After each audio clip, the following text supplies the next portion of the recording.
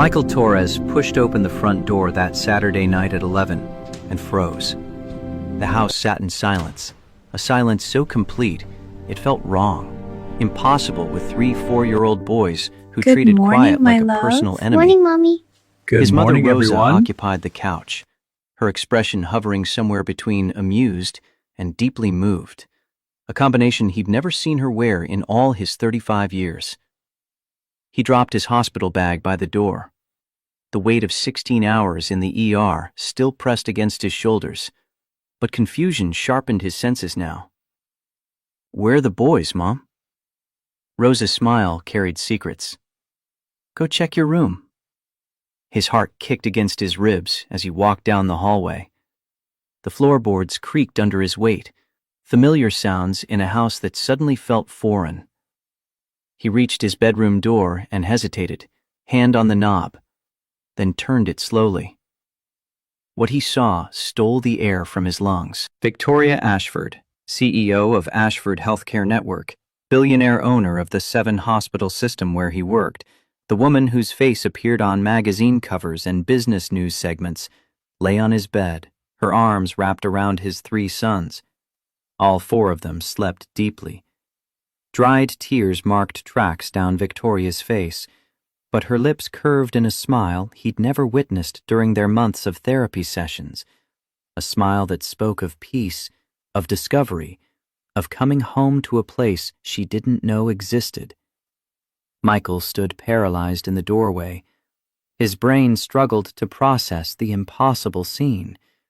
His boys, Ethan, Liam, and Noah, curled around Victoria like she belonged there, like this was normal, like they'd done this 1,000 times before, instead of never. "What the hell?" The words came out barely louder than breath. To understand how Victoria Ashford ended up in that bed required stepping back 14 months to the moment when Michael's world had collapsed into a black hole of grief and responsibility. Sarah had been everything: his wife, his partner, the mother who knew instinctively how to calm Ethan's fears, decode Liam's quiet needs, redirect Noah's boundless energy. 6 months. That's all the cancer had given them between diagnosis and the end. Aggressive ovarian cancer that moved through her body like wildfire, consuming everything beautiful and leaving only ashes. Michael had been in surgery when Sarah died, an emergency appendectomy on a 12-year-old boy, a routine procedure that should have taken 90 minutes. By the time he'd scrubbed out and checked his phone, Sarah was gone. His mother's voicemail had been clinical, protective. "Michael, you need to come home now." He'd driven through Boston traffic in a daze, running 2 red lights he didn't remember, parking crooked in his own driveway. The hospice nurse met him at the door with kind eyes that confirmed everything. Sarah had slipped away peacefully, she'd said. The boys had been at preschool. Rosa had been holding her hand. "I wasn't there when she needed me most." Michael had whispered it to Sarah's still warm hand, and the guilt had embedded itself in his chest like shrapnel, small pieces of it working deeper every day since.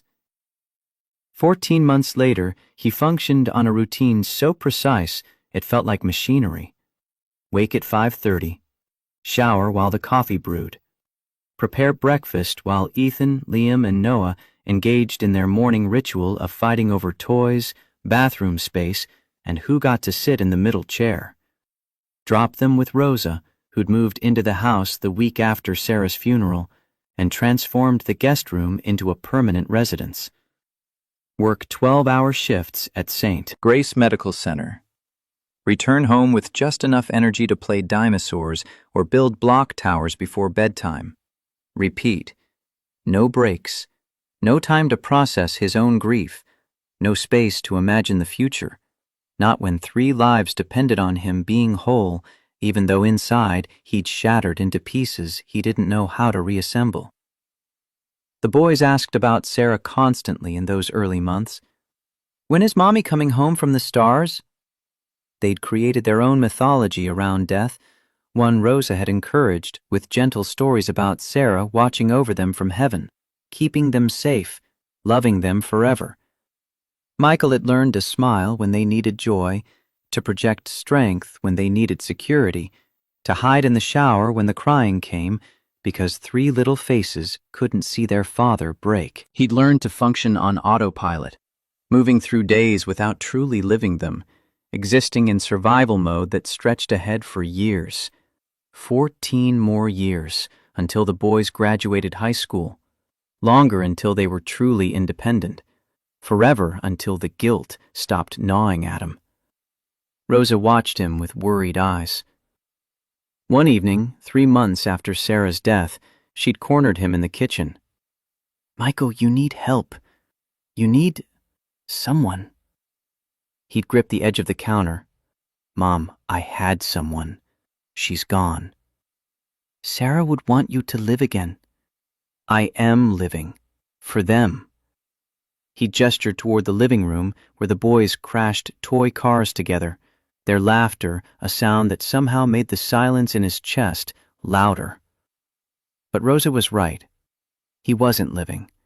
He was surviving, and there was a difference that grew more pronounced as months accumulated. While Michael Torres navigated his grief-soaked existence in a modest 2-story house in Boston's middle-class suburbs, Victoria Ashford occupied a different universe entirely.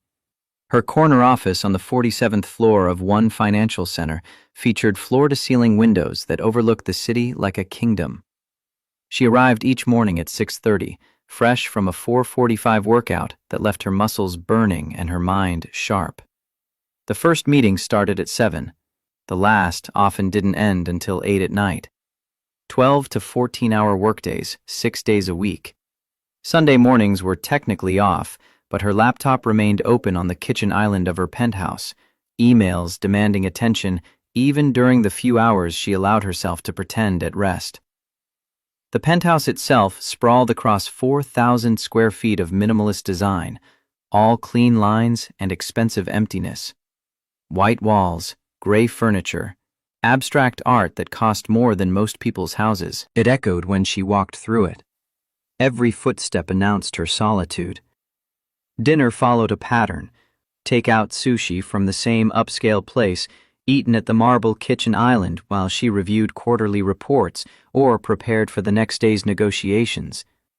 The city sparkled beyond her windows, millions of lives unfolding in those lights, and Victoria sat alone in her tower, surrounded by luxury that felt increasingly like a very expensive prison. "I built a $2.3 billion empire. Why does it feel like nothing?"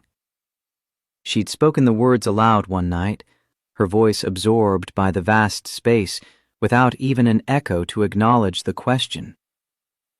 The panic attack started 8 months ago, though Victoria had ignored the first few, dismissing them as stress, caffeine overconsumption, lack of sleep.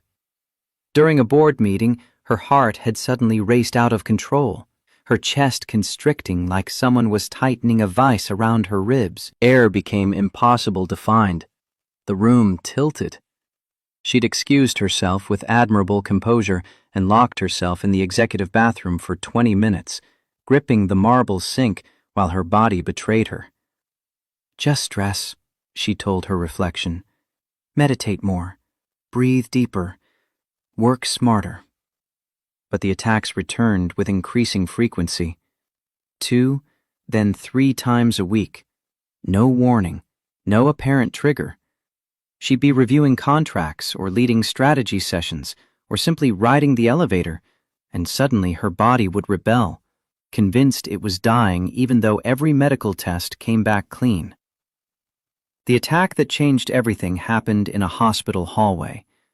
Victoria had been touring St. Grace Medical Center, one of the 7 facilities in the Ashford healthcare network, when the familiar tightness seized her chest. She'd managed to duck into an empty corridor before the full force hit, but found herself hyperventilating against the wall, vision tunneling, convinced this time was different, this time was real, this time she was actually dying.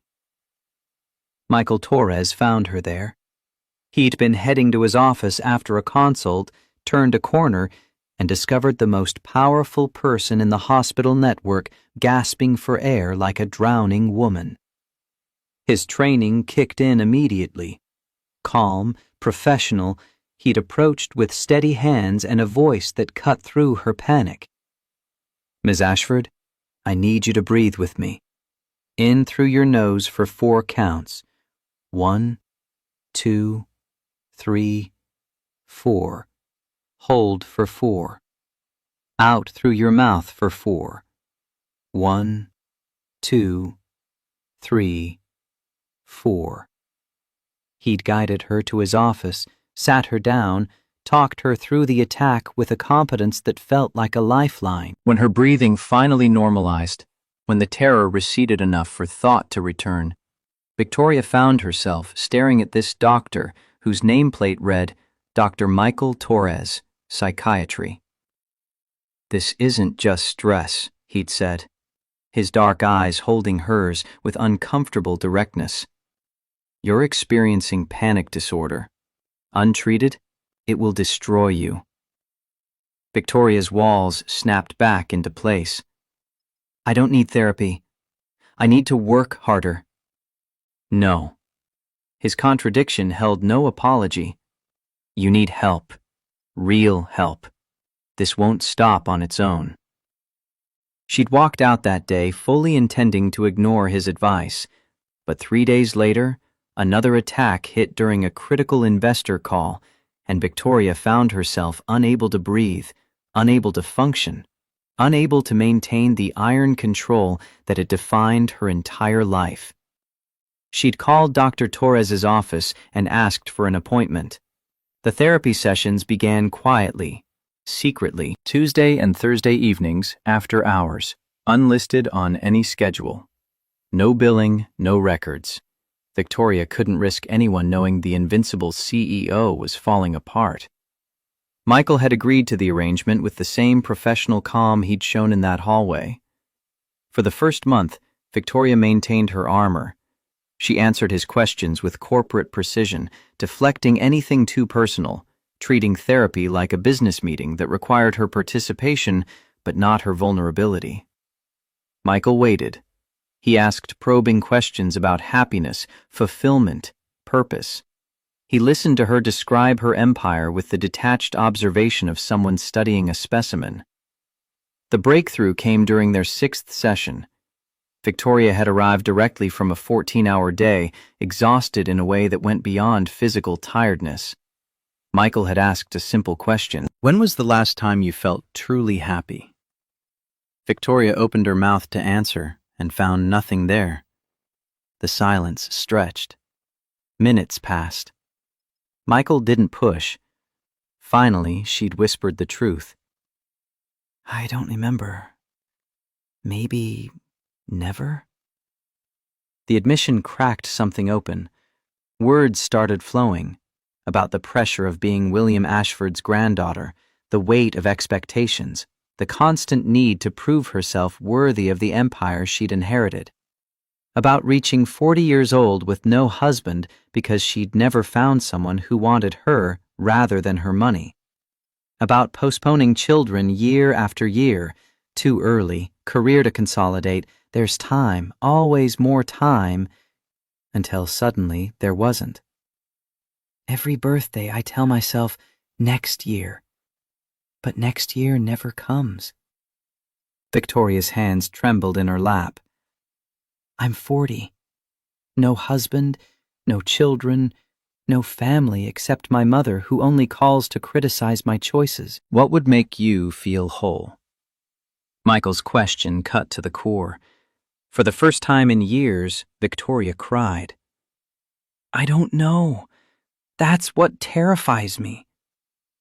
Michael maintained professional boundaries despite finding himself drawn to her intelligence, her hidden vulnerability, the glimpses of the woman beneath the CEO armor. He told himself it was simple attraction, nothing actionable. She was grieving a life never lived. He was grieving the life he'd lost. Those parallel griefs couldn't build anything sustainable, but the sessions continued. Victoria slowly peeled back layers, revealing depths of loneliness that mirrored Michael's own.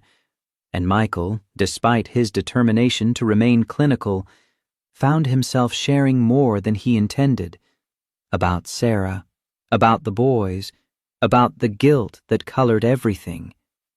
They were both drowning in different oceans, and somehow, in that therapy room, they'd found someone who understood what it meant to be unable to breathe. The Saturday afternoon that shattered both their carefully controlled worlds began with Victoria alone in her penthouse, drowning in the worst panic attack she'd experienced in months. Her chest felt like it was collapsing inward. Air wouldn't come. The room spun. Her heart hammered so violently she could feel it in her throat, her fingertips, behind her eyes. This wasn't the usual panic. This was terror so complete it erased everything else. But underneath the physical symptoms ran a more terrifying thought. I'm going to die alone in this apartment, and no one will find me for days.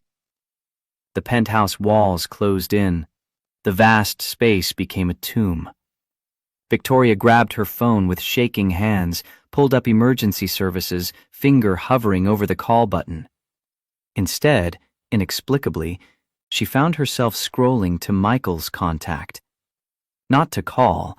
She couldn't explain what she needed because she didn't understand it herself. She just needed to move, to escape, to go somewhere that wasn't this beautiful prison.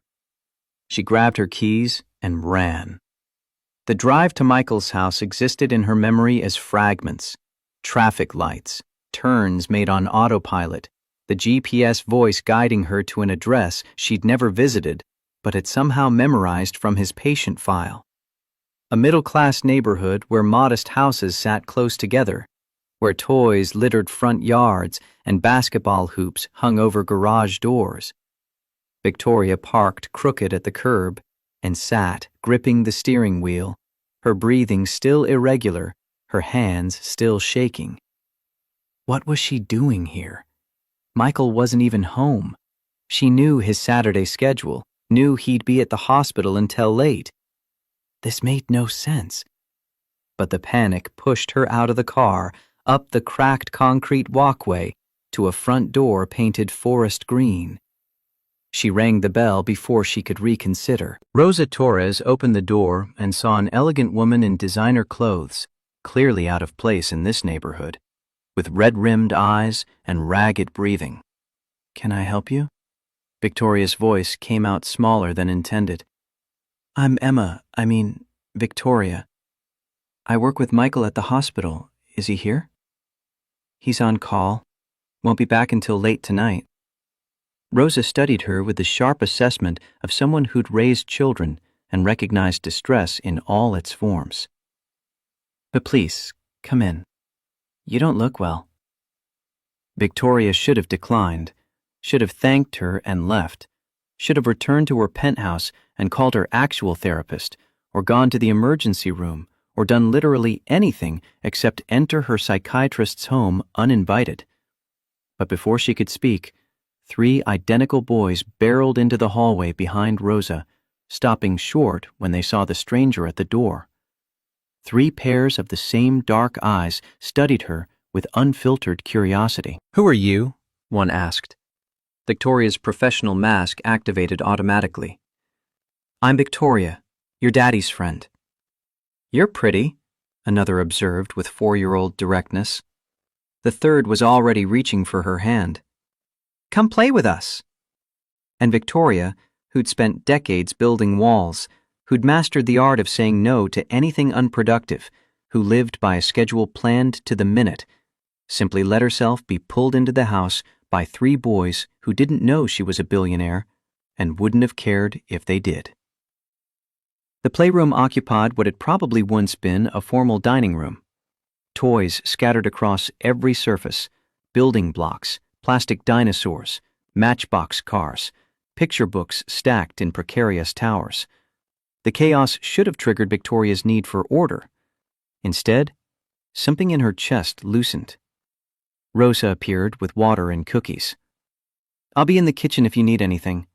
Her exit felt like permission, like acknowledgement that whatever brought Victoria here, she was safe to stay.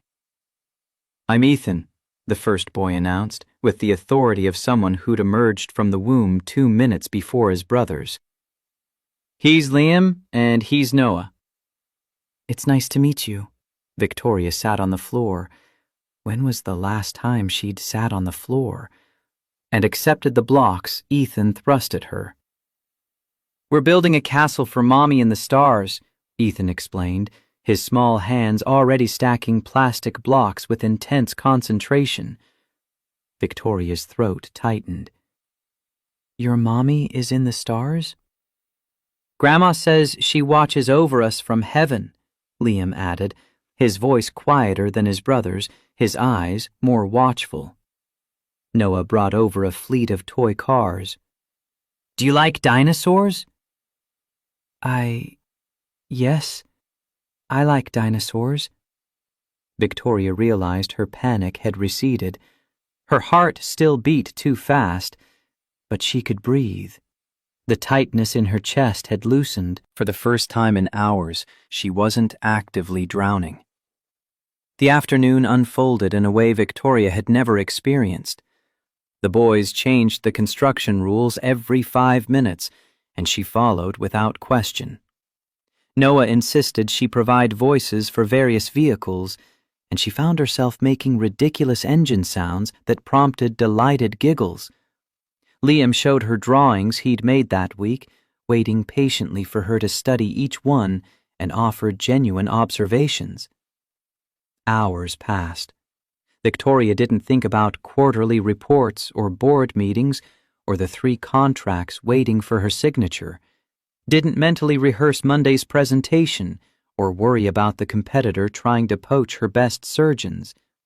She was completely, entirely present, laughing at the boys' nonsensical jokes, building elaborate structures that immediately got demolished, being pulled from one activity to another by 3 inexhaustible sources of pure energy. Ethan showed her a crayon drawing that made Victoria's chest ache.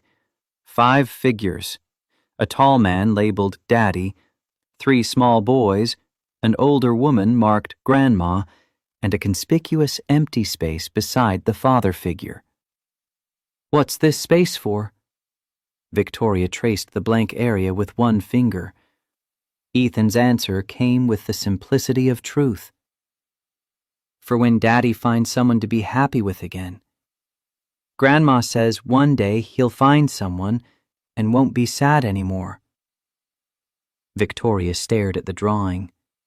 These 3 boys had lost their mother before they could even form lasting memories, but they still believed in happy endings. Their father raised them alone while carrying his own grief, yet somehow he'd taught them to hope. Should we watch a cartoon? Liam suggested as the afternoon light shifted toward evening. Grandma lets us if it's just for a little while before dinner. They piled onto the small couch in the playroom, all 3 competing for space in Victoria's lap. She turned on the television to the channel they indicated. The show made no sense to her. Loud colors, incomprehensible plot, characters that defied physics.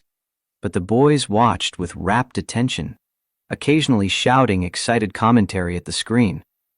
Victoria held them, feeling the warm weight of their small bodies, the trust with which they leaned against her, the way Noah's hand found hers and gripped tight. Something fundamental shifted inside her chest, like tectonic plates realigning after years of pressure. She understood suddenly what months of therapy had been trying to show her. The emptiness wasn't about professional achievement, wasn't about lacking recognition or accolades. It was the absence of exactly this, genuine human connection, the warmth of people who accepted her without demanding anything in return, the profound experience of mattering to someone for reasons that had nothing to do with her net worth or business acumen. When the cartoon ended, all 3 boys had heavy eyelids and slow movements. Aren't you going to have dinner? Victoria asked. We're sleepy, Ethan yawned. Liam's hand tugged at her sleeve. Will you stay with us until we fall asleep? Please, Noah added with 4-year-old earnestness that made refusal impossible. Victoria looked toward the door, thinking about leaving, about thanking Rosa for the hospitality and returning to her carefully controlled existence. But something stronger than logic made her nod. She followed them upstairs to the room they shared, a space filled with bunk beds and scattered toys and drawings taped to the walls. When they pointed to their father's bedroom down the hall and asked if they could sleep in the big bed because it was bigger and more comfortable, Victoria didn't refuse. Michael's room was simple. A queen bed with a worn quilt, a dresser with framed photos, a beautiful woman with kind eyes holding 3 babies, the same woman laughing at a beach, a wedding photo that showed Michael and his bride impossibly young and blazingly happy. Sarah, the wife who'd died and left him drowning. The boys climbed onto the bed and patted the space between them. Victoria lay down, and immediately 3 small bodies arranged themselves around her, Ethan on her left, Liam on her right, Noah sprawled across her middle. They burrowed against her like puppies seeking warmth. Liam's hand found hers and held tight. Noah's arms wrapped around her waist. Ethan rested his head on her shoulder. As their breathing slowed and deepened, as sleep claimed them with the swift totality of childhood, Victoria felt tears flowing. Not panic tears, not the frustrated tears she'd shed in therapy. These were tears of relief, of recognition, of gratitude for stumbling into this house and finding something she'd searched for her entire life without knowing where to look. She'd come seeking air and found family, come seeking escape and found purpose, come seeking nothing and found everything. Her own eyes grew heavy. The warmth of the boys, the safety of this ordinary room, the profound peace of being needed for reasons that had nothing to do with power or money. It all combined to pull her toward sleep. She fought it briefly, thinking she should leave before Michael returned, but exhaustion won. Victoria's last conscious thought was how perfectly right this felt, how completely wrong her entire life had been until this moment.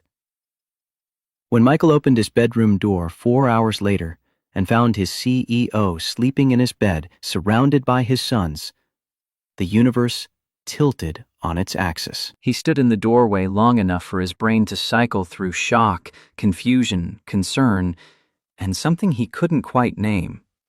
Victoria Ashford, the woman who commanded hospitals with ice-cold efficiency, who appeared on financial news networks discussing profit margins and healthcare innovation, looked younger in sleep, vulnerable, her face relaxed in a way he'd never seen during their therapy sessions. The boys had positioned themselves around her like she was a treasured prize they'd fought over and agreed to share. Ethan's hand rested on her arm, Liam curled against her side.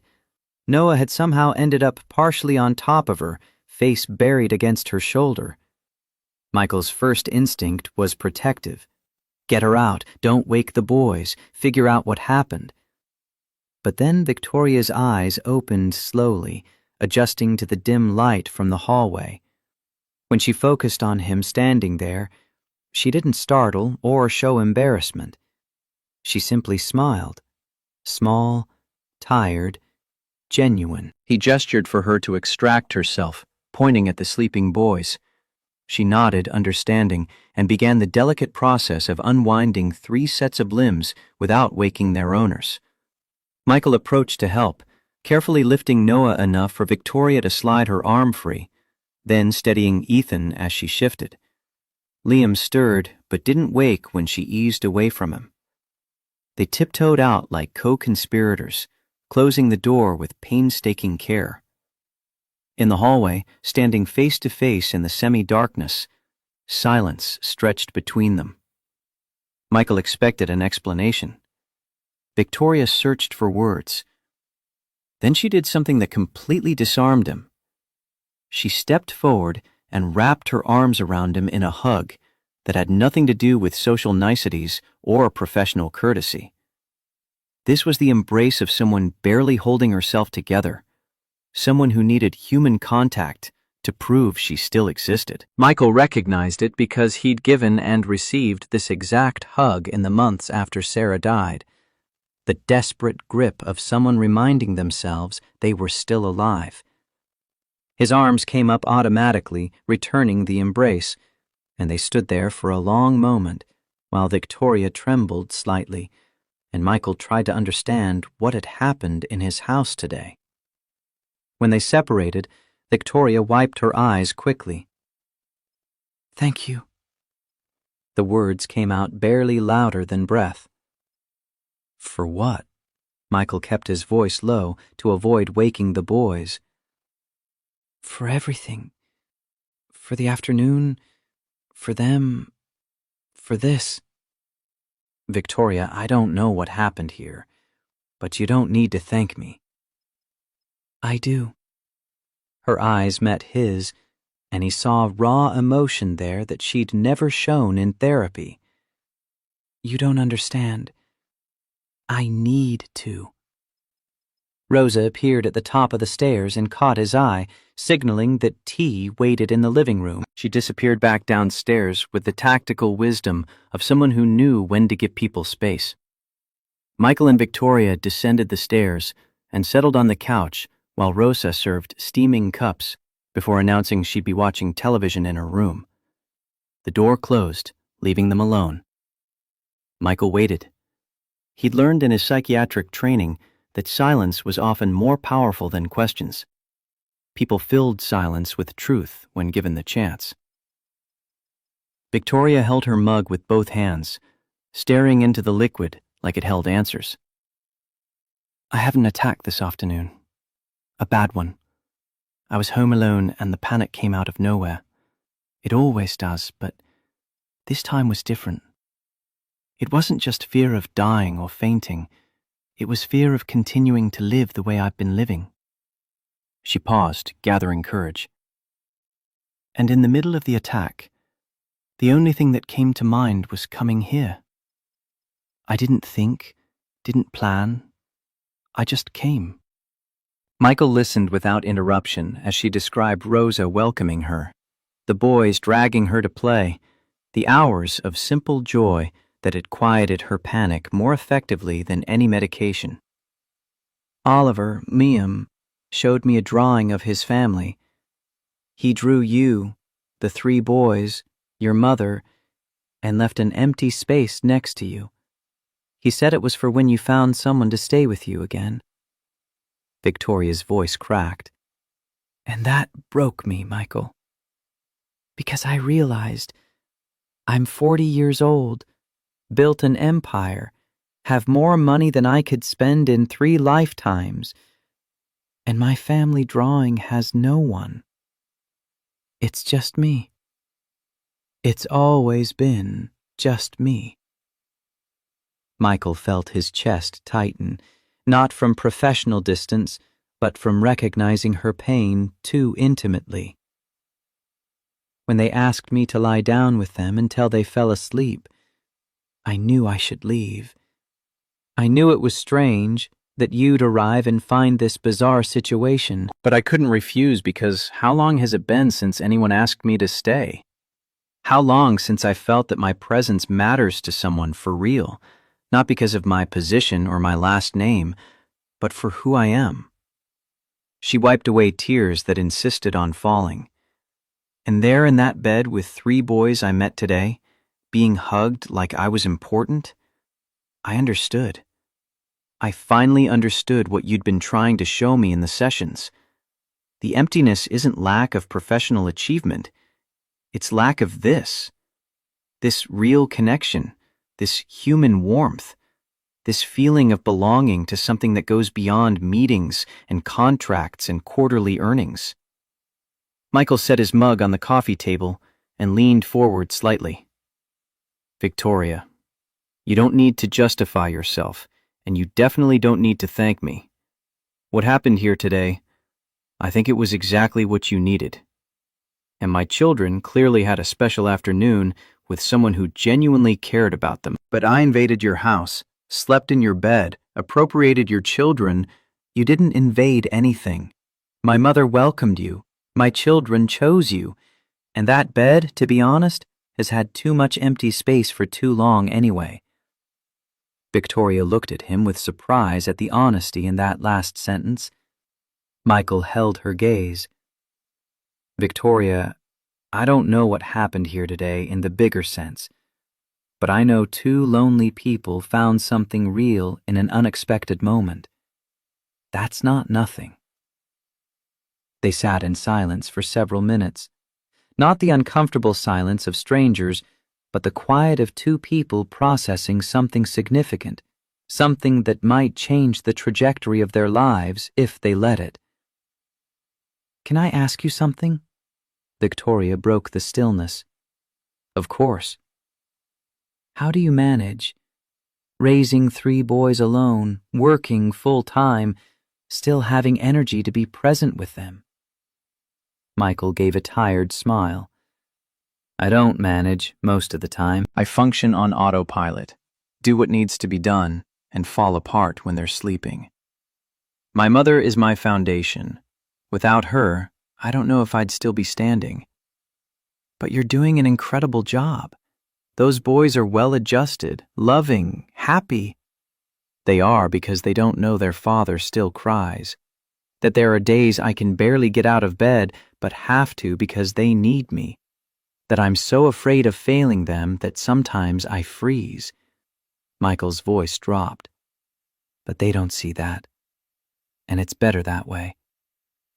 Victoria reached across the table, and Michael took her hand without hesitation. You're not failing. On the contrary, you're giving them something many children never have. A father who shows up every day, even when it's hard. And you aren't lost just because you built a career instead of a traditional family. You're searching, which is different. And today, you found a piece of what you were looking for. That's not nothing. Their hands remained joined on the table, and in that touch existed something that transcended professional boundaries. Neither acknowledged it explicitly, but both felt the shift. Can I come back? Victoria's question emerged quietly, vulnerable. It doesn't have to be every week, but maybe one Saturday from time to time? To see the boys? Michael squeezed her hand gently. I think they'd love that. They asked about the pretty lady 90 times before falling asleep. She smiled through her tears. So, until next Saturday? Until next Saturday, Victoria. When she finally stood to leave, when they said goodbye at the door with a hug that lasted several seconds longer than friendship required, both knew that night had altered more than just an afternoon of playing. It had opened a door neither had known existed, one that led towards something neither could name yet, but both wanted to explore. Victoria drove back to her penthouse with the ghost sensation of small arms around her, the echo of children's laughter in her ears, and for the first time in months, the panic stayed quiet. She'd sought air to breathe and found an entire atmosphere. She'd sought escape from emptiness and stumbled into fullness. Michael returned to check on his sleeping sons, standing in the doorway of his bedroom, watching their peaceful faces. The house felt different now, like Victoria had left something invisible but tangible behind. Possibility, perhaps, or hope, or simply the reminder that his life didn't have to be defined entirely by loss. Rosa found him there 20 minutes later, still watching the boys sleep.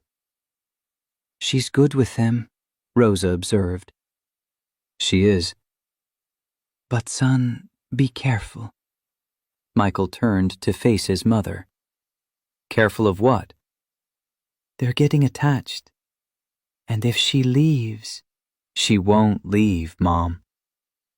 Rose's expression held the sorrow of experience. Everyone leaves, Michael. Sarah didn't choose to, but she left, and these boys can't handle another loss. The warning landed in Michael's chest with uncomfortable weight, but he pushed it aside. Victoria had found something precious in his home, in his children. She wouldn't abandon that. She couldn't.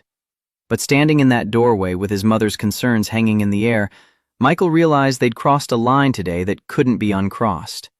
Victoria Ashford wasn't just his patient anymore.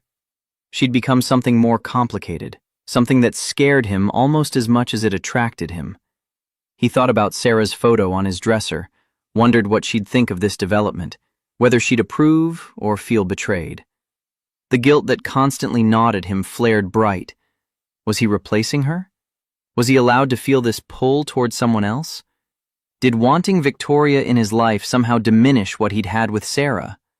The questions had no easy answers. So Michael did what he'd become expert at over 14 months of grief. He pushed them down, locked them away, and focused on the immediate. His boys were safe. Victoria had found peace. Tomorrow he'd return to his routine. Everything would be fine. Except deep in his gut, he knew nothing would ever be quite the same again. Victoria returned the following Saturday at 10 in the morning, carrying a children's book she'd bought during the week and a bag of ice cream that would almost certainly melt before they got around to eating it. The boys spotted her through the front window and erupted in chaos. 3 identical faces pressed against the glass, hands waving frantically, voices muffled but clearly shouting her name. Rosa opened the door before Victoria could ring the bell. The older woman's smile held warmth, but also assessment, the look of someone protecting her territory while remaining gracious. They've been asking about you since Monday. The boys swarmed Victoria the moment she stepped inside, all talking at once, pulling her in 3 different directions. Ethan wanted to show her the new block tower he'd designed. Liam had drawn a picture specifically for her. Noah demanded she see the rock collection he'd started in the backyard. Michael emerged from the kitchen with coffee, watching the scene unfold. Victoria caught his eye over the boys' heads, and something passed between them. Acknowledgement, maybe, or gratitude, or the simple recognition of 2 people who'd stumbled into something neither quite understood yet. The morning dissolved into controlled chaos. Building blocks became a castle, then a spaceship, then a restaurant where Victoria was forced to pretend eat plastic food while Ethan explained the menu with absolute seriousness. Liam sat close, occasionally reaching out to touch her arm as if confirming she was real. Noah crashed toy cars with sound effects that Victoria gamely attempted to replicate, earning delighted giggles when she got the engine noises wrong. By noon, they'd migrated to the backyard, where lunch happened at a picnic table Michael had dragged from the garage. Hot dogs and chips, and the ice cream Victoria brought, now properly melted, but still delicious according to 3 enthusiastic reviews. Food ended up everywhere except entirely in mouths, ketchup on shirts, chip crumbs in hair, melted ice cream dripping down chins. Victoria didn't flinch when Noah's juice box exploded across her silk blouse, the purple liquid spreading across fabric that cost more than most people spent on groceries in a month. The boys froze, eyes wide, waiting for anger that didn't come. It's just a shirt. Let's clean it up together, okay? Michael observed from the back door, coffee mug in hand, struck by the ease with which Victoria had adapted to chaos. This woman who commanded boardrooms and negotiated million-dollar contracts was on her knees soaking up juice with paper towels, while Noah apologized in a tiny voice and she assured him accidents happen to everyone. But Michael also noticed his mother's expression, concerned, guarded, protective. Rosa was watching Victoria with the wariness of someone who'd seen her son devastated once and refused to let it happen again. Later, after the boys had been corralled into watching cartoons, Rosa pulled Michael into the kitchen. "She's wonderful with them." Michael heard the unspoken "but" hovering in the air. "And?" "They're getting attached, Michael, already. Ethan asked this morning if Miss Victoria was going to be their new mommy." The words hit harder than they should have. "What did you tell him?" "That she's Daddy's friend who likes to visit. But son, you need to be careful here." Careful how? Rosa's eyes held the grief of her own losses. A husband gone 10 years now. A daughter-in-law buried 14 months ago. What happens when she gets bored? When the novelty wears off and she remembers she has a company to run, a life to live? These boys can't handle another person leaving them. "She's not going to leave, Mom." "You don't know that. Nobody knows that." Rosa gripped the edge of the counter.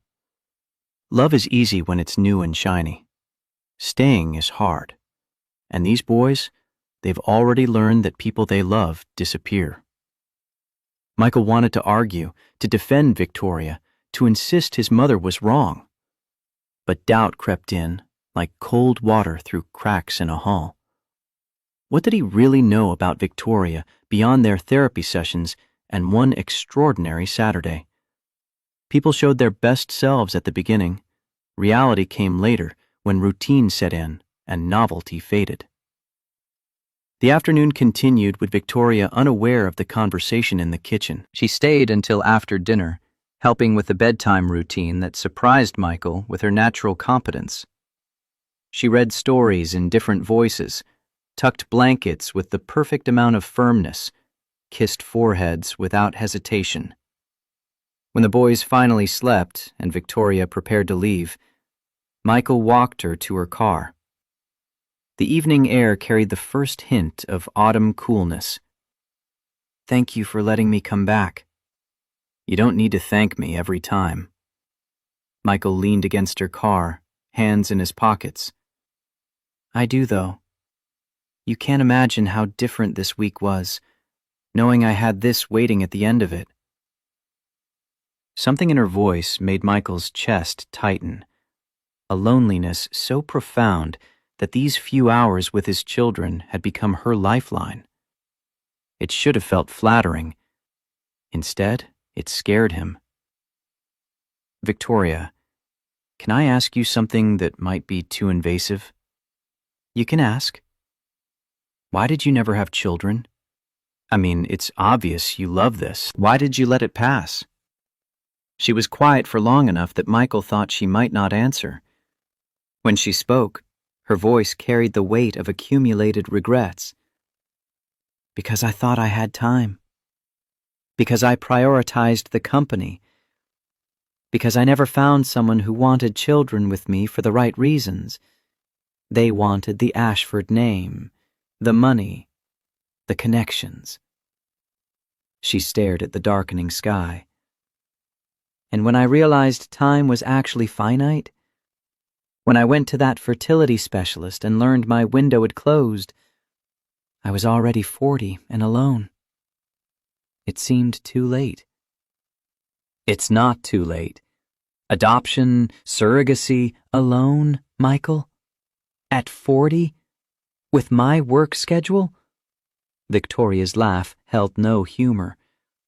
"What agency would approve me? I work 70 hours a week. I live in a penthouse that echoes. I have no partner, no support system, nothing that says good parent except money.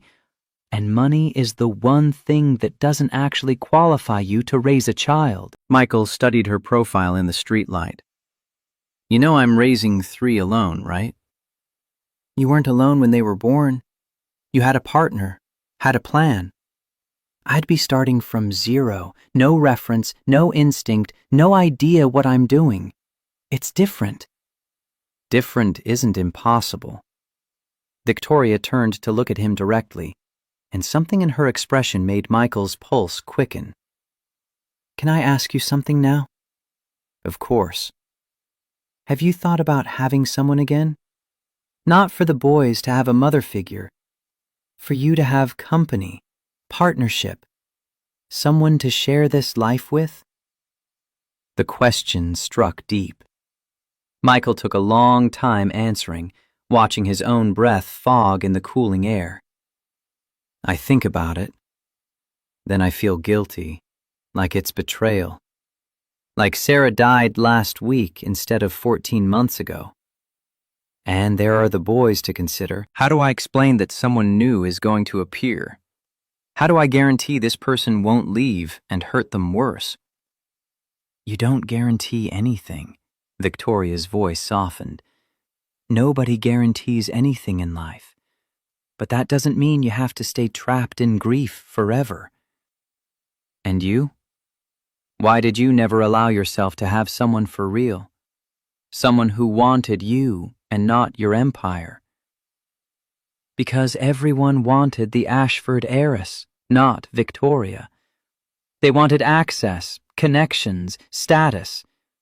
And when I couldn't separate what was real from what was interest anymore, I stopped trying.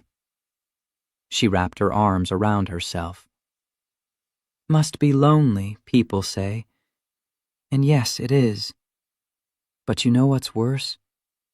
Not realizing you're alone until you find something that reminds you what it feels like not to be.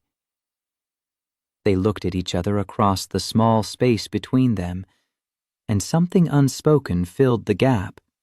Recognition, attraction, possibility. Neither was ready to name it, but both felt it like electricity in the air before a storm. These Saturdays have been the first thing I've looked forward to anxiously in years. Not because they're breaks from work, I like work, but because here I'm not the CEO. I'm not the heiress. I'm just me, and people here like me for that. Michael reached out and took her hand. The touch felt simultaneously natural and dangerous. You're welcome here whenever you want. Not as CEO, not as patient, as Victoria, the person my children adore and who He stopped, realizing he'd been about to say something too revealing too soon. Who you what? Her question came barely louder than breath.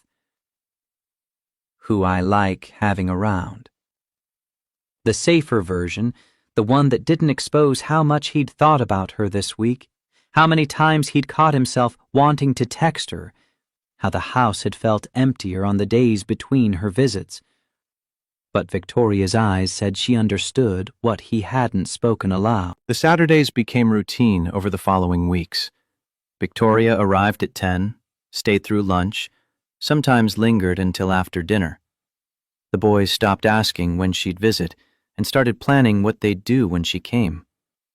Rosa's cooking expanded to accommodate 4 adults instead of 2, though her worried glances at Michael continued. The boys' attachment deepened visibly. Ethan started saving his best drawings for Victoria. Liam asked her opinion on important matters, like which superhero was strongest. Noah, the most reserved of the 3, began seeking her out specifically when he was hurt or upset, wanting her comfort over everyone else's. Michael watched it happen with a mixture of joy and terror. His sons were healing, opening their hearts to someone new, but his mother's warning echoed constantly. What happens when she leaves? The shift began subtly. Conversations between Michael and Victoria grew longer, deeper, extending beyond the boys. Accidental touches became more frequent, hands brushing while reaching for the same toy, shoulders bumping in the narrow kitchen, fingers grazing when passing plates at dinner. Eye contact lasted seconds longer than necessary. One Tuesday evening, Michael sent a text before he could overthink it. Dinner tomorrow? Just the 2 of us. No kids, no therapy. Victoria's response came within minutes. Like a date? Michael stared at his phone, heart pounding. Was it a date? Could it be? Should it be? Like two adults who could use conversation that doesn't involve dinosaurs or building blocks. Her reply, I'd like that. They met at a small Italian restaurant in the North End, far enough from the hospital to avoid running into colleagues. The booth in the back corner gave them privacy, candlelight flickering between them while they navigated the strange territory of being together without the boys or therapy as buffer. Talk flowed easily once they relaxed. Books they'd loved, movies that moved them, childhood stories that revealed who they'd been before life had shaped them into who they were now. Michael learned Victoria had wanted to be a veterinarian as a child, but bowed to family pressure to study business. Victoria discovered Michael had considered philosophy before choosing medicine, drawn to questions about meaning and existence. They carefully avoided certain topics: Sarah, Victoria's panic attacks, the boys, the future. This was an island outside normal life, a space where they could simply be two people enjoying each other's company. 3 hours passed like 30 minutes. The restaurant staff began cleaning around them before they noticed the time. In the parking lot, saying goodbye felt awkward in a way that hadn't existed at Michael's house. Victoria moved in for a hug, and it lasted longer than friendship warranted. Michael's arms tightened around her, and he breathed in the scent of her perfume mixed with something uniquely her. When they separated, the air between them felt charged. Same time next week? Michael's voice came out rougher than intended. I'd like that very much. They almost kissed.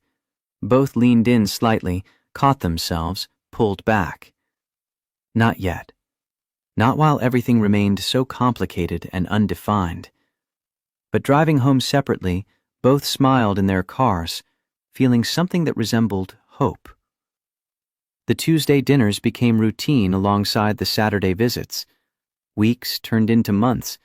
Hand-holding graduated from accidental to intentional. Goodbye hugs extended until they bordered on embrace. Goodnight kisses materialized, chaste, brief, but unmistakably romantic. Neither pushed for more.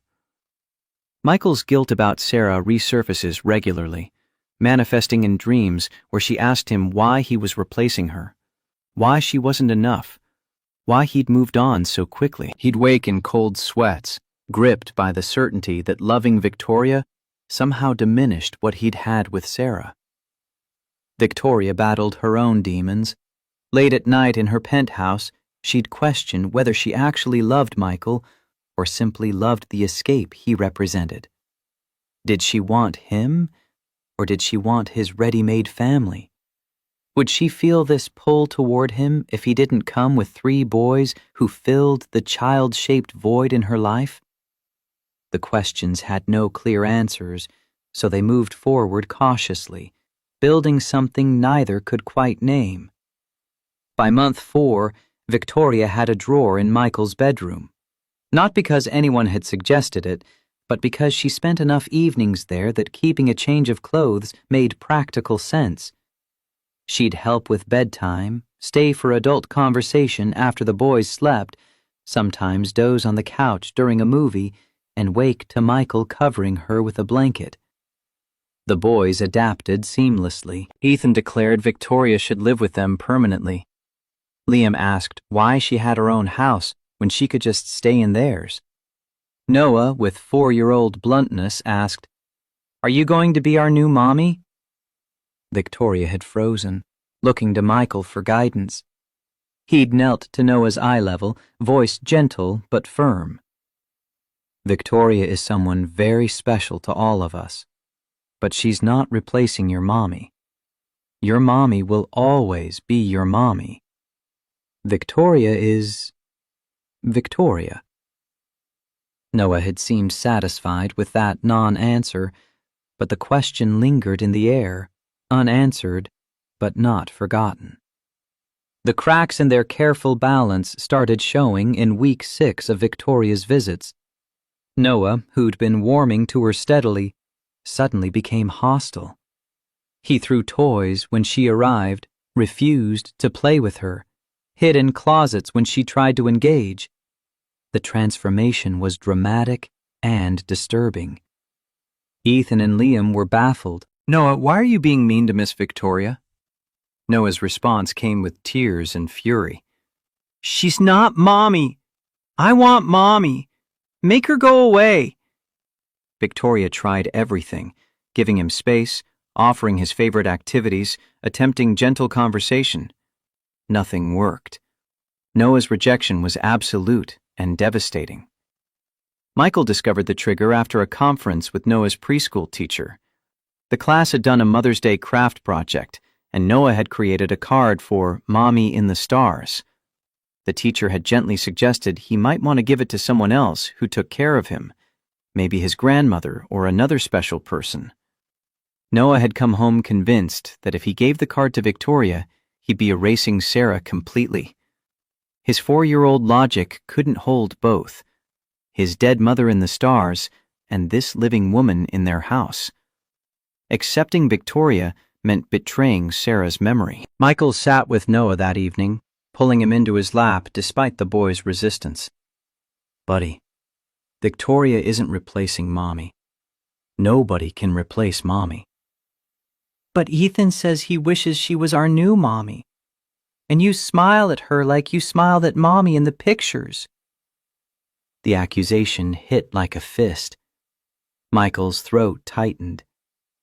"Noah, I loved your Mommy more than anything. But she's gone, and she's not coming back. That doesn't mean I can't care about other people." "I don't want to care about other people. I want Mommy back." Noah dissolved into sobs, the kind of grief-stricken crying that couldn't be comforted, only weathered. Michael held him while his own tears fell silently. These boys had lost so much, and now they were being asked to open their hearts again, to risk loving someone who might leave. It was too much to ask of anyone, let alone children who'd already learned that love meant loss. Victoria overheard from the hallway. She'd come upstairs to help with bedtime and found herself eavesdropping on a conversation that shattered her. She found Michael in the kitchen an hour later, after Noah had finally cried himself to sleep. "I'm making this worse. I should stop coming." Michael leaned against the counter, exhausted. "This is grief, Victoria. It has to come out. Better now than years from now, when it's hardened into something toxic." "But Noah is right. I'm not their mother. I don't know how to be what they need. I don't know how to navigate this." Victoria's voice cracked. "I'm a 40-year-old woman who's never had children, never been married, never even had a serious relationship that lasted more than 6 months. I run a billion-dollar company, but I can't handle a 4-year-old's grief." Michael moved closer, capturing her hands. "Victoria, I don't know how to handle it either.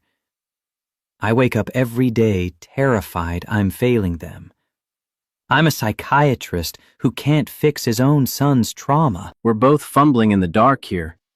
But you're their father, and I still don't have the answers." Sarah was the one who understood their emotional needs, who knew instinctively how to soothe their fears.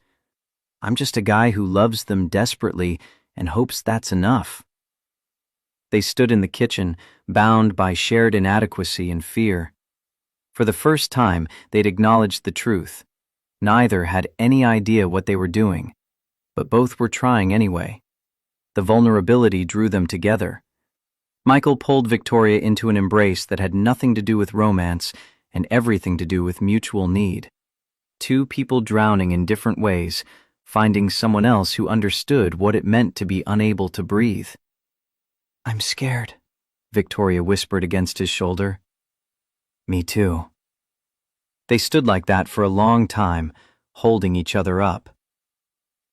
Week 8 brought Michael's text proposing Tuesday dinner for just the two of them. Week 10 brought another. By week 16, the pattern was established. Saturdays with the family, Tuesdays with each other. The relationship deepened without either acknowledging it explicitly. They were dating, though neither used that word. They were falling for each other, though neither spoke it aloud. They were building towards something serious while pretending they were just enjoying each other's company. Michael found himself comparing Victoria to Sarah in quiet moments, immediately feeling guilty for it. Sarah had been warm, spontaneous, comfortable with mess and chaos. Victoria was controlled, precise, needed structure. Sarah had laughed easily and cried openly. Victoria guarded her emotions behind professional walls that only occasionally cracked. Were those differences good or bad? Michael didn't know. He just knew that when Victoria smiled at him, something in his chest loosened. When she wasn't around, the house felt emptier than it had before she'd started coming. But was that love, or just loneliness seeking comfort? Victoria's own internal battle raged constantly. She'd catch herself planning her week around Saturday, feeling genuine excitement about spending time with the boys. But then doubt would creep in. Did she love Michael? Or did she love what he represented? Family, belonging, purpose beyond profit margins. If Michael didn't have the boys, would she even be interested in him? The question haunted her because she couldn't answer it honestly. Month 4 brought another shift. Victoria started staying later on Saturdays, helping with dinner, participating in bedtime routines with increasing confidence. She learned that Ethan needed extra cuddles before sleep, that Liam required his stuffed elephant positioned exactly right, that Noah wanted the closet door open precisely 6 inches. Rosa watched it all with hawk eyes, her concern morphing into something closer to approval, but never quite reaching acceptance. She pulled Michael aside one evening after Victoria left. "She's good for you." Michael heard the unspoken but again. Why does that sound like the beginning of a warning? Because love is easy in the beginning. Bills and sick kids and ordinary life, that's when you find out who stays and who runs. You think Victoria would run? Rosa's expression softened. I think she's never been tested. When things get hard, when the boys are screaming and the money's tight and life is just grinding routine instead of special Saturdays, I don't know if she'll stay. Neither do you. Michael wanted to defend Victoria, but his mother's point landed. They'd been existing in a bubble where Victoria showed up for the good parts, playtime, laughter, bonding moments. Real life involved tantrums and illness and exhaustion and conflict. Could Victoria handle that? Would she want to? The answer came sooner than expected. One Saturday, Noah spilled an entire cup of juice across Victoria's designer blouse. Not the accidental splash from weeks ago, but a full-on dump that soaked her from collar to waist. The boys held their breath, waiting for the anger. Victoria's face tightened. For a moment, Michael saw the CEO beneath the surface, the woman used to control and order. Then she breathed deliberately and forced a smile. It's fine. Accidents happen. Let's clean it up. But her voice held an edge that hadn't been there before. The smile didn't reach her eyes. And when Noah apologized in a tiny voice, Victoria's response came out clipped, professional. It's okay, Noah. Just be more careful next time. The warmth had drained from the interaction, replaced by polite distance. Michael saw it. Rosa saw it. The boys felt it. The afternoon limped along with Victoria trying to recapture her earlier ease, but not quite managing it. She left earlier than usual, claiming a headache. The goodbye hug with Michael felt perfunctory. After she drove away, Rosa spoke the thought Michael was avoiding. That's what happens when the real world intrudes. People show you who they really are. Michael wanted to argue, but doubt had taken root. Tuesday's dinner felt strained. Victoria apologized for leaving early Saturday, blamed stress from work. Michael accepted the excuse but sensed something had shifted. They were both trying too hard, overcompensating, aware of new fragility in whatever they were building. "Can I ask you something that might be too personal?" Victoria's question came over dessert. "We're a bit past worrying about personal, aren't we? Do you think about having someone again? Not for the boys, for yourself. Companionship, partnership, love."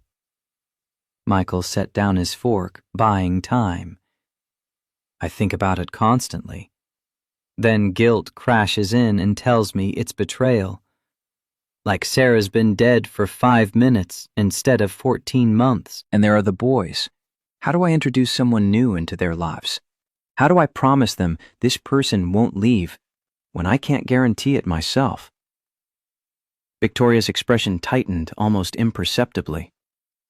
"You can't guarantee anything. Life is risk. But that doesn't mean you have to stay frozen in grief forever. I know that logically. Emotionally is different." Michael paused. "What about you? Why have you never let yourself be vulnerable with someone? Let them see past the CEO to who Victoria actually is?" "Because people always wanted the wrong things. The money, the connections, the Ashford name. I could never separate genuine interest from strategic positioning. So I stopped trying." She looked directly at him. "Must be lonely, people say. And yes, it is. But you know what's worse than being alone? Not realizing you're alone until you find something that shows you what not being alone feels like." The conversation was circling something neither wanted to name. They were talking about each other without talking about each other, testing waters without diving in. The evening ended with their longest kiss yet, still chaste, still restrained, but carrying months of accumulated longing. When they separated, both were breathing harder. "What are we doing, Victoria?" Her answer came after a long pause. "I don't know, but I don't want to stop." Neither do I. The driving home separately, both wrestled with the same questions. What were they building? Where was this going? And could it possibly work given how complicated everything was? Month 5 arrived with Victoria more integrated into their lives than ever. She had her toothbrush in Michael's bathroom, her coffee mug in the cabinet, her favorite spot on the couch. The boys had stopped asking when she'd visit and started assuming she'd be there. But tensions were building beneath the surface. Victoria's controlling nature, suppressed for months, started emerging. She rearranged the playroom to be more organized. She suggested healthier snack options. She questioned Michael's bedtime routine as inconsistent. The first real argument erupted over something trivial: the boys eating ice cream before dinner. "That's not healthy. They should have vegetables first, establish good eating habits." Rosa's response was immediate and sharp. "Sometimes sugar and joy are more important than perfect nutrition." Victoria bristled. "I'm just trying to help establish structure." "Help or control?" Rosa's question cut deep. Michael watched the exchange, seeing his mother defend her territory and Victoria struggle with relinquishing the command that defined her entire life. Later, after the boys were asleep, Victoria and Michael talked in the backyard. "I'm sorry. I overstepped. You're used to running things, making decisions, optimizing systems. But they're children, not employees." Michael kept his voice gentle but firm. "They need flexibility, spontaneity, room to be messy and imperfect. I don't know how to not be the CEO. It's all I've ever been." Victoria's admission carried real pain. I walk into any situation and immediately start identifying problems and implementing solutions. It's automatic. Then learn to turn it off, because control kills joy, and these boys need joy more than they need optimization. Victoria nodded, but Michael saw the struggle in her eyes. Could she change something so fundamental to who she was? Did she even want to? The warning signs were there, but both chose to ignore them, too invested in what they were building to acknowledge the cracks in the foundation. Month 5 brought the crisis neither had anticipated. The board meeting summons arrived on a Thursday afternoon. Dr. Michael Torres was requested to appear before the Ashford Healthcare Network Ethics Committee the following Tuesday at 9 a.m. No explanation provided, no charges listed, just the cold professional directive that turned his blood to ice. Victoria received her own notification simultaneously, delivered by her assistant with apologetic eyes. The board required her presence at the same meeting to discuss potential conflicts of interest regarding her relationship with an employee. Michael called her immediately, voice tight with controlled panic. "What is this?" "Richard Sterling." Victoria's response came clipped, furious. "He's making his move." Richard Sterling, CFO of Ashford Healthcare for the past decade, had wanted Victoria's position since her grandfather died. He'd been passed over for a younger woman with less experience. Never mind that the younger woman was the founder's granddaughter, Harvard-educated and brilliant. Richard had nursed his resentment quietly, waiting for ammunition. The relationship between the CEO and a staff psychiatrist was precisely the weapon he needed. The meeting room on Tuesday felt designed for intimidation. Massive mahogany table, leather chairs that swallowed occupants, walls lined with portraits of stern-faced medical pioneers. 7 board members sat in judgment. Richard Sterling occupied the seat closest to the head of the table, his smile sharp as surgical steel. Michael entered first. Victoria 10 minutes later, as protocol demanded. They weren't allowed to sit together. The distance felt deliberate, symbolic. Richard opened with clinical precision. "We're here to address concerns about a relationship between Ms. Victoria Ashford, CEO of this network, and Dr. Michael Torres, employee of St. Grace Medical Center. This relationship creates substantial conflict of interest, raises questions about favoritism, and exposes the organization to potential legal liability. Dr. Torres could claim coercion or inappropriate leverage. Ms. Ashford's judgment regarding personnel decisions may be compromised. The appearance of impropriety damages institutional integrity regardless of actual misconduct." Victoria's response came in full CEO mode, voice arctic and unyielding. "Dr. Torres is not my subordinate. He reports to the chief of psychiatry, who reports to the hospital administrator, who reports to regional operations. I have no direct authority over his employment, salary, or advancement. Furthermore, my personal life is not board business unless it demonstrably affects company performance. Since taking this position, I've overseen 23% revenue growth, expanded services to underserved communities, and improved patient satisfaction scores across all facilities. My personal relationships have zero impact on those metrics." Richard's smile widened. "Then you won't object to signing this agreement?" He slid documents across the table. Michael scanned the terms, each one a carefully crafted trap. Mandatory third-party oversight of all performance evaluations involving Dr. Torres. Any promotion, raise, or disciplinary action subject to external review. If the relationship ends adversely, one party must resign from the network within 30 days. Both parties acknowledge potential conflicts and agree to heightened scrutiny of all professional interactions. Victoria's jaw tightened. Refusing would validate Richard's concerns about the relationship's seriousness. Signing would place Michael's career in permanent jeopardy, held hostage to their personal life. Before she could respond, Michael spoke. "I'll sign. Michael, no. I'm not letting them use me as leverage against you. His voice carried steel beneath the calm. To Richard, but let's be clear about what's actually happening here. You're not protecting the company, you're protecting your ambition. Everyone in this room knows you want her position. This is sabotage dressed as ethics. Richard's expression never shifted. Then prove me wrong. Stay together for 6 months without incident.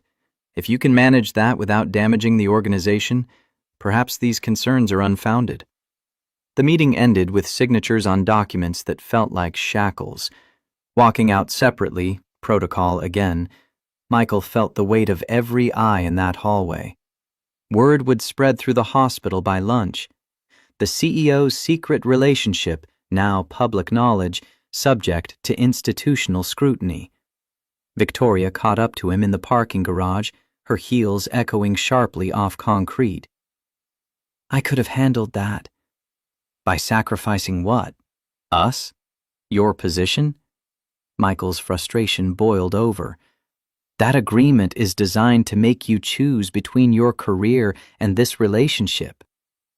There is no us. We're not even official. We haven't defined anything. We're just... What the hell have we been doing for 5 months, Victoria? What do you call these Tuesday dinners and Saturday routines and the drawer in my bedroom? She recoiled as if struck. I call it complicated. I call it undefined. I call it something I can't name because naming it makes it real, and real things can hurt me. Michael stared at her, seeing the walls rebuilt in real time. You're running again. I'm being realistic. This was always impossible. CEO and employee, billionaire and middle-class doctor, woman with no family and man with 3 sons. We were playing house, pretending the real world didn't exist. Now it does, and we have to face that maybe this was a mistake from the beginning. She walked to her car, each step deliberate, controlled. Michael watched her go, recognizing the retreat for what it was. Victoria Ashford choosing the empire over the risk, choosing safety over vulnerability. The following Saturday, Victoria texted that she couldn't make it. Work emergency. The boys' disappointment cut deeper than Michael expected. Ethan asked if they'd done something wrong. Liam wondered if she was sick. Noah, surprisingly, was the most vocal. I want Miss Victoria. Tuesday's dinner was canceled via text. Work crisis, investor concerns, board complications. Michael didn't push. He understood the message. Victoria was pulling away, creating distance, protecting herself the only way she knew how. By the 3rd week of her absence, the boys had stopped asking. They'd learned this pattern before. People you loved disappeared. The silence in the house felt heavier than before Victoria arrived, like they'd been given a glimpse of fullness only to have it revoked. Rosa found Michael in the kitchen late one night, staring at his phone like it might spontaneously generate a message from Victoria. She's scared. She's gone, Mom. There's a difference. Rosa poured 2 glasses of whiskey, a rare occurrence that signaled serious conversation. Scared people run, but sometimes they come back once they realize what they're running from isn't as dangerous as what they're running toward. And if she doesn't come back, then you know she wasn't strong enough for this life. Better to find out now than after the boys are more attached, after you've built something that can't be easily dismantled. Michael sipped the whiskey, letting it burn.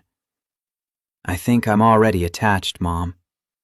I think I've been attached since the day I found her sleeping with my sons, looking more at peace than I'd ever seen her. Then you have to decide. Do you fight for her, or do you let her go? The answer should have been simple, but Michael was tired of fighting, tired of trying, tired of hoping things could be different. If Victoria wanted to walk away, maybe he should let her.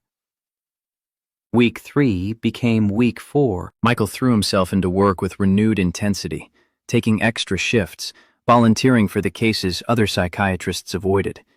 Anything to avoid thinking about the empty space Victoria had left behind. Then Rosa collapsed in the kitchen on a Monday morning while making breakfast. Michael heard the crash from upstairs, where he'd been getting the boys ready for preschool. He ran down to find his mother on the floor, conscious but disoriented, the right side of her face drooping slightly. Stroke.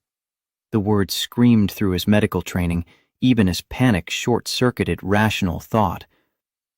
The ambulance ride, the emergency room admission, the rapid imaging that confirmed ischemic stroke.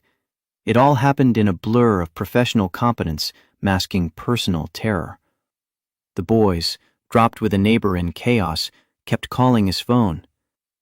Is Grandma going to die like Mommy? Surgery was necessary to remove the clot, the neurosurgeon explained. Insurance covered 60%. Out-of-pocket cost, $47,000. Michael's brain stuttered on the number. He was still paying off Sarah's cancer treatment. His savings had been decimated by 14 months of single-income household with 3 children. He didn't have $47,000. He didn't have $20,000. He barely had 5. He could take a loan, but banks didn't give favorable terms to people already carrying 6-figure medical debt. The surgery needed to happen within hours for optimal outcomes. He had no time and no options.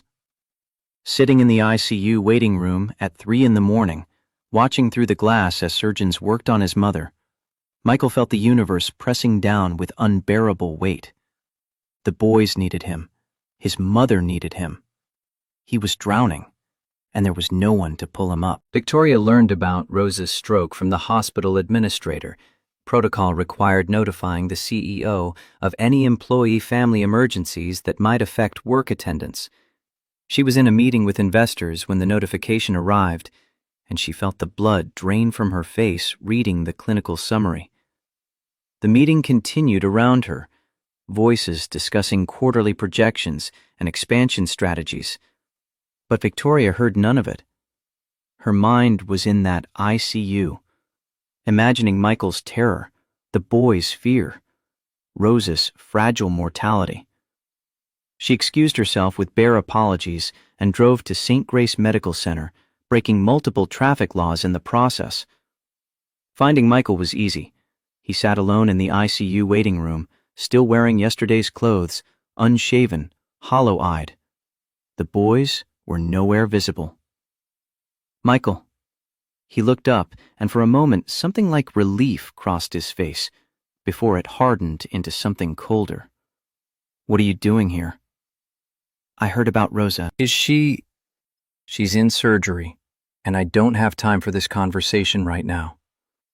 Victoria sat anyway, maintaining careful distance. I can cover the costs. No. Michael, don't be stubborn. I said no. I don't need your charity. It's not charity, it's... She stopped, searching for words that wouldn't sound condescending. It's what people do for people they care about. We're not people who care about each other, Victoria. You made that abundantly clear when you disappeared for a month. His voice was flat, exhausted beyond emotion. You were right that day in the parking garage. This was always impossible. We were playing house, pretending reality didn't exist. Now reality exists, and I can't afford to have you in my life making it more complicated. That's not fair. Fair? Michael's laugh held no humor. You walked away the moment things got difficult. The board put pressure on us, and you ran. That's who you are. Someone who runs when reality intrudes on the fantasy. Before Victoria could respond, noise erupted down the hallway. Noah's voice, followed by Ethan and Liam, all 3 boys breaking away from the nurse who'd been watching them and running toward the waiting room. Noah saw Victoria first. Miss Victoria! He slammed into her with the full force of his small body, arms wrapping around her waist, face buried against her stomach. The impact nearly knocked her over. Liam and Ethan followed immediately, all three boys talking at once, crying, grabbing at her like she was a life raft in stormy seas. "We missed you! Where did you go? Grandma's sick and we're scared." But it was Noah who broke her. Noah, whose next words came out in a sob that shattered every wall Victoria had rebuilt. "Don't leave again. Please don't leave like Mommy and Grandma. Please stay.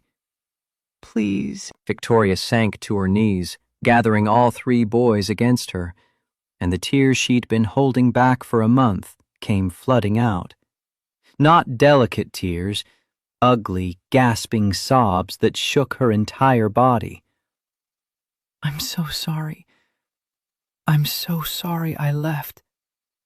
I was scared and stupid, and I hurt you, and I'm so sorry."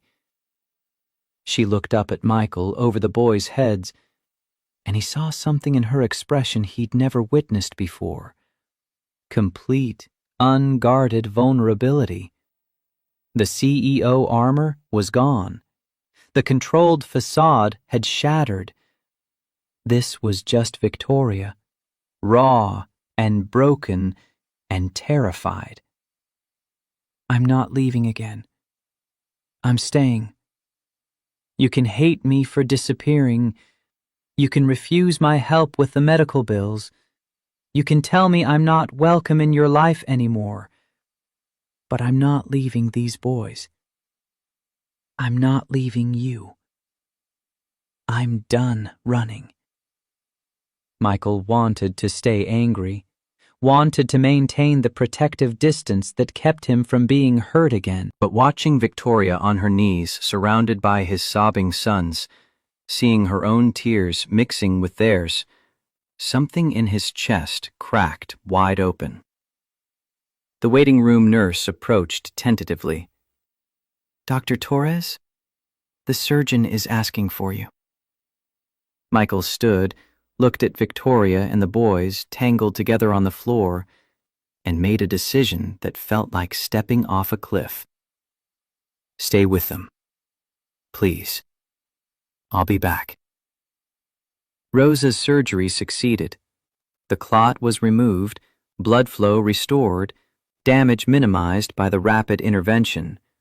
She'd need extensive rehabilitation, but the prognosis was favorable. Michael returned to the waiting room an hour later to find Victoria still on the floor with the boys, all four of them asleep in an exhausted pile, her arms around them even in unconsciousness. He sat down beside them and put his hand on Victoria's shoulder. She stirred, eyes opening slowly. "She's okay. She's going to be okay." Victoria's face crumpled with relief. Fresh tears came, quieter now, grateful. "Thank God." "About the money. I'm setting up a trust through the hospital foundation. Anonymous donor. You'll never know if it's from me or not, so you can't refuse it." Her voice was fierce despite the tears. "And before you argue, know that I'm done letting pride stand in the way of doing what's right. Your mother needs care. Your boys need their grandmother. I can help, and I'm going to help. And you can be angry about it, but you can't stop me." Michael studied her for a long moment. "You're infuriating." "I know. And I love you anyway." The words hung in the air between them, finally spoken after months of dancing around the truth. Victoria's breath caught. "You love me?" "I've loved you since the day I found you in my bed with my sons, looking more at peace than I'd ever seen you. I've loved you through every Tuesday dinner and Saturday afternoon. I loved you when you were here, and I loved you when you left, and I love you now, even though you make me crazy." Victoria's hand found his. I love you too. Not the life you offer, not the escape from my emptiness. You. Michael Torres, the man who found me hyperventilating in a hallway and refused to let me drown. The father who cries in the shower because he's terrified of failing his sons. The widower who's brave enough to love again despite the guilt. I love all of you, including the broken parts. They sat in the waiting room holding hands, 3 sleeping boys piled between them, and acknowledged what had been true from the beginning. They belonged together, complications and all. The following weeks brought new routines. Victoria worked from Michael's house 2 days a week, laptop open at the kitchen table, while Rosa recovered upstairs. She hired the best physical therapists, arranged for home health aides, made sure Rosa received everything she needed, without making it obvious the money came from Ashford coffers. The boys adapted seamlessly to Victoria's increased presence. She was there for breakfast chaos and bedtime rituals, homework help, and playground visits. She learned to let go of control, to embrace mess and spontaneity, to find joy in the disorder that defined life with 3 4-year-olds. Rosa, confined to bed during early recovery, had extensive time to observe. She watched Victoria struggle with patience when the boys fought, saw her bite back controlling impulses when things didn't go according to plan, witnessed her learning, adapting, becoming someone who could thrive in the beautiful mess of family life. One afternoon, Rosa called Victoria to her bedroom for private conversation. You came back. Victoria sat beside the bed, taking Rosa's hand carefully. The right side still had reduced sensation. I should never have left. You were scared. Terrified. Of failing them, of not being enough, of proving everyone right who said I wasn't cut out for this. Victoria's thumb traced circles on Rosa's palm. But being away was worse than being scared. Nothing in my life meant anything without them. Rosa studied her with eyes that missed nothing. Do you love my son? Yes, more than I knew I could love anyone. Enough to stay when it's hard? When it's not special Saturdays and Tuesday dinners, but sick kids and tight money and grinding routine. Victoria met her eyes directly. I'm not going anywhere. Ever. I know you don't fully trust me yet, and I don't blame you, but I'm going to prove it through action, not words. I'm here for the long term, the hard parts, all of it. Rosa squeezed her hand weakly. Then welcome to the family, Victoria. Because that's what we do. We stay. The tears came again, but these were different. These were tears of acceptance, of belonging, of finally finding home. Month 6 arrived with Victoria and Michael's relationship no longer secret or undefined. The board had watched for scandal and found none. Richard Sterling, realizing his play had failed, submitted his resignation and took a position with a competing network. The ethics agreement remained in place, but the threat had dissolved. Hospital gossip still swirled. The CEO and the psychiatrist, the billionaire and the single dad, the unlikely romance that defied every expectation. Some whispered about gold digging, despite the economics making no sense. Others speculated about how long it would last. Michael and Victoria ignored it all. They were too busy building something real to care about commentary from people who didn't matter. The proposal happened on a random Thursday evening, not because Michael planned it, but because the moment felt right.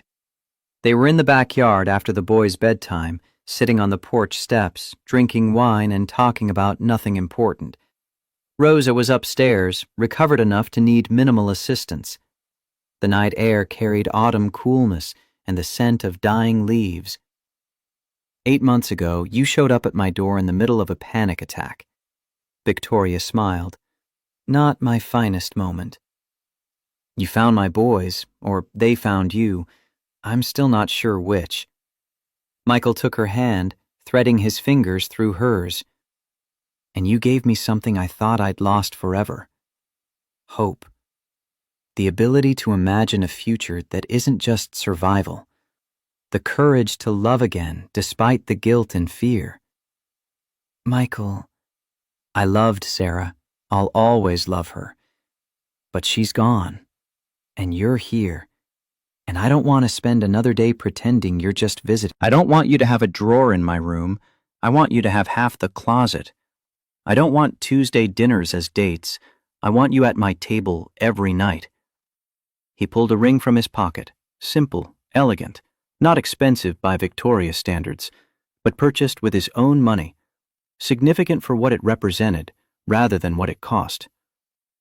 I'm not offering you money or status or ease. I'm offering 3 loud boys, a mother-in-law who lives with us, a house that needs repairs, and a man who still cries sometimes. I'm offering medical debt and tight budgets and chaos. But I'm also offering real love, the kind that builds life instead of just avoiding loneliness. Victoria's tears were already falling. Are you asking me to marry you? I'm asking you to marry all of us. Me, the boys, Rosa, the whole complicated package. He slipped the ring onto her finger. Will you? She pulled him close, kissing him with all the pent-up emotion of 8 months of building toward this moment. When they separated, her answer came through tears and laughter mixed together. Yes, 1,000 times yes. But Michael, I'm keeping my name and my job and my terrible control issues. I know. I'm marrying you, not trying to fix you. Good, because I'm marrying you, not the perfect memory of your wife. I'm marrying the real, complicated, still grieving man who's brave enough to love again. They sat on those steps until well past midnight, planning a future that would be messy and complicated and absolutely worth it. The boys learned about the engagement the next morning over pancakes, Rosa's recipe, Victoria's execution, Michael supervising while 3 boys created disaster zones with syrup. So we have something important to tell you guys. 3 sets of identical eyes looked up, syrup sticky faces waiting. Victoria took over, voice steadier than she felt. Your dad asked me to marry him, and I said yes. That means I'm going to live here with you, be part of your family, officially. How do you feel about that? Ethan's response came immediately. Does that mean you're our new mommy? Victoria knelt down to his eye level, bringing herself to all 3 boys. I won't ever replace your mommy. She'll always be your mommy, the one who gave birth to you, who loved you first, who watches over you from the stars. I'm just Victoria, who loves you very much and wants to be part of your life. Is that okay? Liam's question was practical. Will you still do the funny voices when you read stories? Every single night. Noah's contribution surprised everyone. I love you, Victoria. First time he'd said it. First time he'd chosen her voluntarily, without prompting. Victoria pulled all 3 boys into a hug, overwhelmed by the simple acceptance of children who'd decided she was theirs. I love you too. All 3 of you. So much. Michael watched his sons embrace the woman who had become their stepmother and felt the guilt about Sarah finally recede. Not disappear. He'd always carry some measure of it. But now it shared space with gratitude for second chances, for unexpected love, for the courage to build something new on the foundation of what he'd lost. The wedding happened 6 months later in their backyard, the same space where Michael had proposed, where the boys played daily, where Victoria had learned to let go of control and embrace chaos. Small ceremony, 30 guests. Rosa recovered enough to walk without assistance. The boys served as ring bearers, creating predictable chaos that made everyone laugh. Catherine Ashford attended in silence, her presence a grudging peace offering that Victoria accepted without demanding more.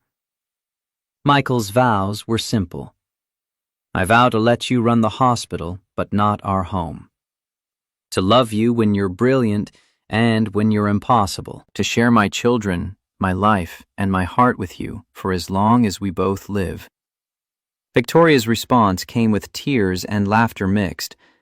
I vow to learn to let go, to choose family over empire when it matters most, to love your sons as fiercely as I love you, and to never, ever run away again. I'm staying, Michael, through everything, forever. The boys cheered when they kissed, Noah shouting, "Ew!"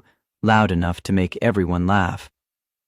At the reception, catered simply, decorations homemade by 3 enthusiastic 4-year-olds, Ethan presented Victoria with a drawing, the same family picture from months ago, but now filled in.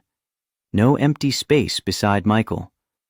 Victoria stood there in crayon glory, arms around all 3 boys, smile as wide as her face.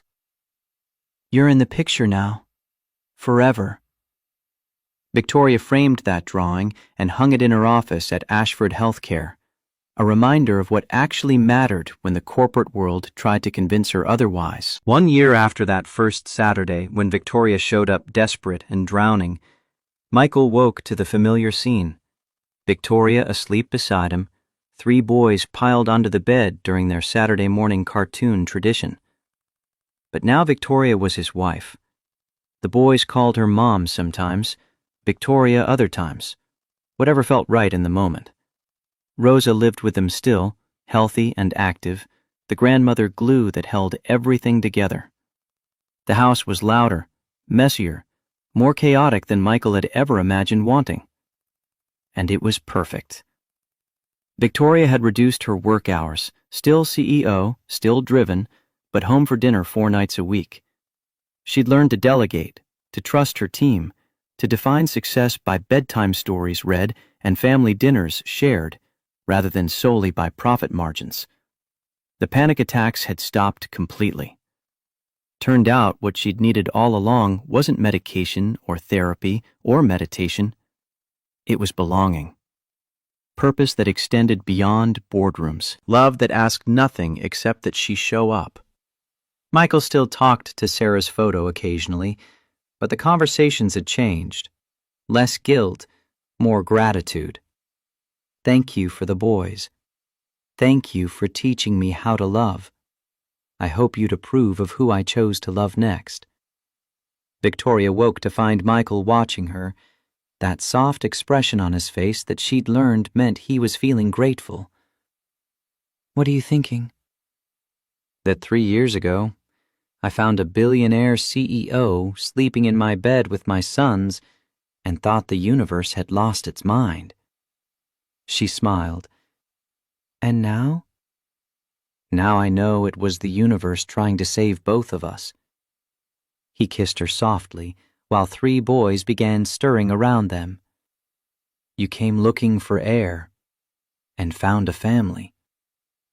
I came looking for escape, and found purpose.